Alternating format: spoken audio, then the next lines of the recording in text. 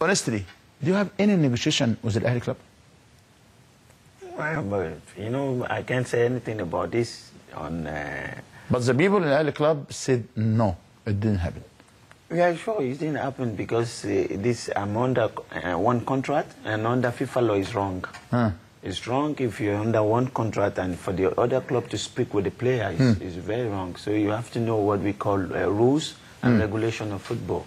If I want to speak with Ahly in 100%, then it has to be maybe Zamalek is aware and Zamalek want to get money from them, or I'm out of totally contract with Zamalek, and I can speak with Ahly.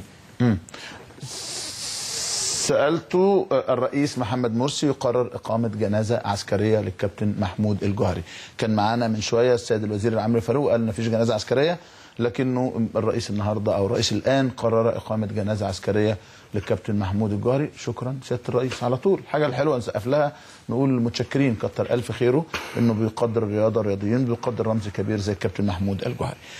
سالت رزاق عن مفاوضاته مع النادي الاهلي، قال ما اقدرش اتكلم على حاجه زي دي على الهواء. قلت له النادي الاهلي نفى تماما، قال والرولز او القواعد او القوانين بتمنع تماما ان انا اتفاوض مع النادي الاهلي او مع اي نادي. انا عندي عقد مع الزمالك، لو كسرت القواعد دي يبقى انا اتوقف اتعاقب من الفيفا، وبالتالي لما يخلص عقدي مع الزمالك ممكن ابقى اتفاوض مع النادي الاهلي. اسالك وانت وكيل اعماله، يعني حد لمح لك، حد كلمك على مفاوضات مع النادي الاهلي؟ النادي الاهلي عنده لعيبه افارقه بزياده، كمان كان عايز يجيب لعيب لكنه عنده ازمه وبالتالي ما قدرش يتفاوض مع حد جديد. لا مفيش اي كلام يا كابتن خالص. لا خالص.